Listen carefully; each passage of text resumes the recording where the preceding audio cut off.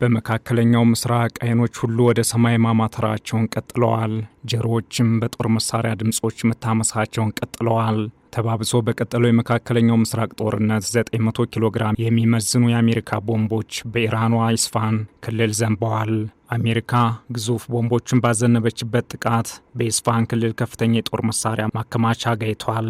አደገኛው የኢስፋሃን መሬት ውስጥ ተቋም ለማውደም አሜሪካ ከፍተኛ ቁጥር ያላቸው 900 ኪሎ ግራም የሚመዝኑ ቦምቦች ጥቅም ላይ ያውላለች።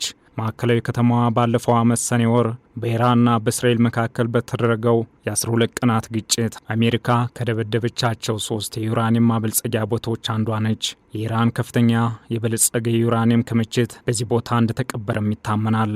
አሜሪካ በእግረኛ ወታደሮች አካባቢውን ልትይዝ እንደምትችልም ጠቁማለች። ኢስፋሃን የኢራን ወታደራዊ ማዕከላትና የመከላከያ ኢንዱስትሪን የምታስተናግድ ስትራቴጂካዊ ማዕከል በመሆኗ ለኢራን ምን አይነት ጉዳት ይኖረዋል?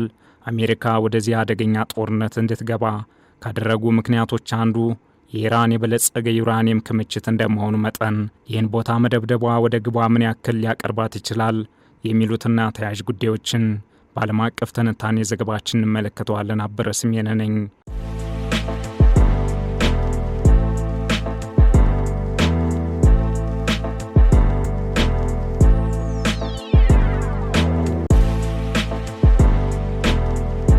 አሜሪካ የኢራን ኢስፋሃን ከተማን 2000 ፓውንድ ወይም 900 ኪሎ ግራም በሚመዝኑ የቦምብ ፍንዳቶች አናውጣለች። የአሜሪካው ፕሬዝዳንት ዶናልድ ትራምፕ ትሩዝ ሶሻል በተሰኘው የማህበራዊ ትስስር ገጻቸው ላይ ከፍተኛ ፍንዳታ የሚያሳዩ ተንቀሳቃሽ ምስሎችን አጋርተዋል። ዘገባዎችም የአሜሪካ ጥቃት ከማዕከላዊ የኢራን ከተማ ውጪ እንደተፈጸመ ይጠቁማሉ። ከናሳ የተገኙ የእሳት ቃጠሎ መከታተያ ሳተላይቶች ፍንዳታዎቹ የተከሰቱት በኢስፋሃን መሆኑን አመላክተዋል። ኢስፋሃን የኢራን ወታደራዊ መሠረቶችና የመከላከያ ኢንዱስትሪን የምታስተናግድ ስትራቴጂካዊ ማዕከል ናት። ከተማዋ ባለፈው ዓመት ሰኔ ወር በኢራንና በእስራኤል መካከል በተደረገ የ12 ቀናት ግጭት አሜሪካ በቦምብ ከደበደበቻቸው 3 የዩራኒየም ማበልጸጊያ ቦታዎች መካከል አንዷ ነች። ዓለም አቀፍ የኒውክሌር ኃይል ተቋም ክትትል እንደሚያሳየው ኢራን ዩራኒየምና የኒውክሌር መሠረተ ልማትን አበልጽጋለች። ኢራን የተረጋገጠ የኒውክሌር ጦር መሳሪያ ባይኖራትም በድብቅ የተከማቸ እንዳላት ይታመናል። ኢራን ባለፈው ዓመት ሰኔ ወር ከእስራኤል ጋር ባካሄደችው 12 ቀናት ጦርነት በቦምብ የተደበደቡ የኒውክሌር ተቋሞቿን ዳግም አጠናክራለች። የኢራን ከፍተኛ የበለጸገ የዩራኒየም ክምችት በዚህ ቦታ እንደተቀበረም ይታመናል። አሜሪካ አካባቢውን በእግረኛ ወታደሮች ልትይዝ እንደምትችል ጠቁማለች። ከሰኔ 2025 ጦርነት ጥቂት ቀናት ቀደም ብሎ የተወሰደ የሳተላይት ምስል ቴህራን ከፍተኛ የበለጸገ የዩራኒየም ክምችቷን ወደ ኢስፋሃን የኒውክሌር ተቋም እንዳስተላለፈች ያሳያል። ከሳተላይት የተወሰደው ምስል በሰኔ 9 2025 በኢስፋሃን የኒውክሌር ቴክኖሎጂ ማዕከል ዋሻ ውስጥ 18 ኮንቴነሮች የያዙ የጭነት ተሽከርካሪዎችን ያሳያል። የጭነት መኪኖቹ 534 ኪሎ ግራም የሚመዝን እስከ 60 በመቶ የበለጸገ ዩራኒየም ይዘው ሊሆን እንደሚችልም ተገምቷል። ይህም ወደ 90 በመቶ የሚጠጋ የጦር መሳሪያ ደረጃ ለመድረስ አጭርና ቴክኒካዊ እርምጃ ነው። በሰኔ 2025 አሜሪካ ኢስፋሃን፣ ናታንዝና ፎርዶ የኒውክሌር ጣቢያዎችን በቦምብ ደብድባለች። ነገር ግን እስካሁን ድረስ በኢስፋሃንም ሆነ በሌሎች የኒውክሌር ጣቢያዎች ውስጥ የተረጋገጠ የጨረር መፍሰስ ወይም ብክለት አልተገኘም። አሜሪካ ሚሳኤሎችን፣ ሮኬቶችና ሌሎች ፈንጂዎችን የተከማቹበትን የኢስፋሃን ግዙፍ የመሬት ውስጥ የጥይት ማከማቻን ለማጥፋት ከፍተኛ መጠን ያለው የበንከር በስተር ቦምብ ጥቅም ላይ ያውላለች። እነዚህ ግዙፍ ቦምቦች 2000 ፓውንድ ወይም 900 ኪሎ ግራም ይመዝናሉ። እነዚህ ቦምቦች ከመፈንዳታቸው በፊት ጠንካራ ኢላማዎችን ዘልቀው ለመግባት የተነደፉ ልዩ ቦምቦች ናቸው። በአብዛኛው ከመሬት በታች ያሉ ወታደራዊ ተቋማትን፣ የተጠናከሩ ምሽጎችንና የኒውክሌር ቦታዎችን ለመምታት ያገለግላሉ። የበንከር በስተር ቦምብን አደገኛ የሚያደርገው በውስጡ የያዘው የፈንጂዎች ብዛት ብቻ ሳይሆን ሌሎች ቦምቦች ሊያገኟቸው የማይችሏቸውን ኢላማዎች መምታት መቻሉ ነው።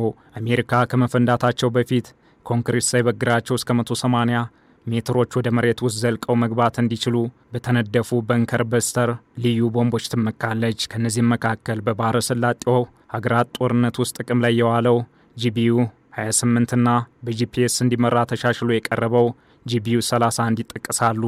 በተመሳሳይ 13600 ኪሎ ግራም የሚመዝነው ጂቢዩ 57 የተሰኘው ግዙፍ ምሽግ ዘልቆ መግባት የሚችል ቦምብን ታጥቃለች።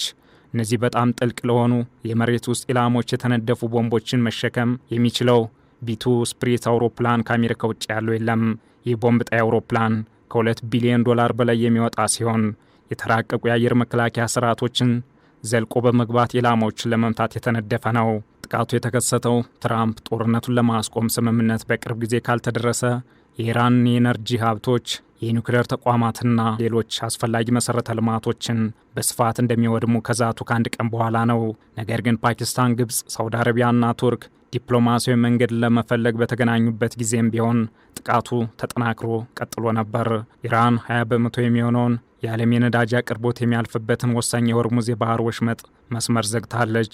የኢራን የፓርላማ ኮሚቴ በበኩሉ በባህረ ሰላጤ ውስጥ ባሉ መርከቦች ላይ ክፍያ ለመጣልና የአሜሪካና እስራኤል መርከቦችን ሙሉ በሙሉ ለማገድ ድምፅ ሰጥቷል። በቀጣይም ማንኛውም አሜሪካ ኢስፋሃንን ጨምሮ የተለያዩ አካባቢዎችን በመሬት ወታደራዊ ዘመቻ ለመያዝ እየተንቀሳቀሰች ነው። ይህ የአሜሪካ እንቅስቃሴ ሰፊ የኢራን አጸፋን በማስከተል የነዳጅ ዋጋን ወደ ማይገመት ደረጃ ሊያደርስ እንደሚችል ተሰግቷል። ይህ በሆነበት ሁኔታ አሜሪካ በኢራን ስትራቴጂካዊ የጦር መሳሪያ ማከማቻ ተቋም ኢስፋሃን ላይ የወሰደች ወታደራዊ እርምጃ ኢራንን ከፍተኛ መጠን ላለው የበቀል እርምጃ በማነሳሳት ጦርነቱን ያባብሳል። ኢስፋሃን ሚሳኤሎችን፣ ሮኬቶችና ሌሎች ፈንጂዎች የተከማቹበትን ግዙፍ የመሬት ውስጥ የጦርና ቴክኖሎጂ ማዕከል በመሆኗ ስትራቴጂካዊ ጠቀሜታዋ ከፍተኛ ነው። በአሜሪካ የተፈጸመው የቦምብ ድብደባ ለኢራን ከፍተኛ ኪሳራ ነው። እርምጃው የጦር መሳሪያ ክምችት መጠንን ይቀንሳል፣ የአቅርቦት ሰንሰለትን ያቋርጣል፣ የኢራን የመከላከል አቅምንም ያዳክማል። በተለይም ደግሞ ኢራን ወደ ኢስፋሃን እንዳዛወረችው የሚታመነው የበለጸገ የዩራኒየም ክምችት ኢላማ ከሆነ ጉዳቱ ቀላል አይሆንም። አሜሪካ ወደዚህ አደገኛ ጦርነት የገባችበት ዋና ግብ የኢራን የጦር ኃይልን ማዳከም፣ የኒውክሌር ፕሮግራሞችን ማደናቀፍና የክልል ኃይሎችን ለማስጠንቀቅ ነው። እናም ኢስፋሃንን በቦምብ መደብደቧ ምንም እንኳን በጉዳቱ ደረጃ የሚወሰን ቢሆንም ወደ ግቧ የሚያደርሳት እርምጃ ነው። ነገር ግን ኢራንን ሙሉ በሙሉ ማቆም አይቻልም። ይልቁንም ኢራንን ወደ ተባባሰ አደገኛ የጦርነት ምዕራፍ የሚያሸጋግር እንዳይሆን ስጋት ፈጥሯል። ዓለም አቀፍ ትንታኔ ዘገባውን ስናዘጋጅ ዘ ግሎብ ኤንድ ሜል፣ ዘ ኒውዮርክ ታይምስና ሲቢኤስ ኒውስን በዋቢነት ተጠቅመናል።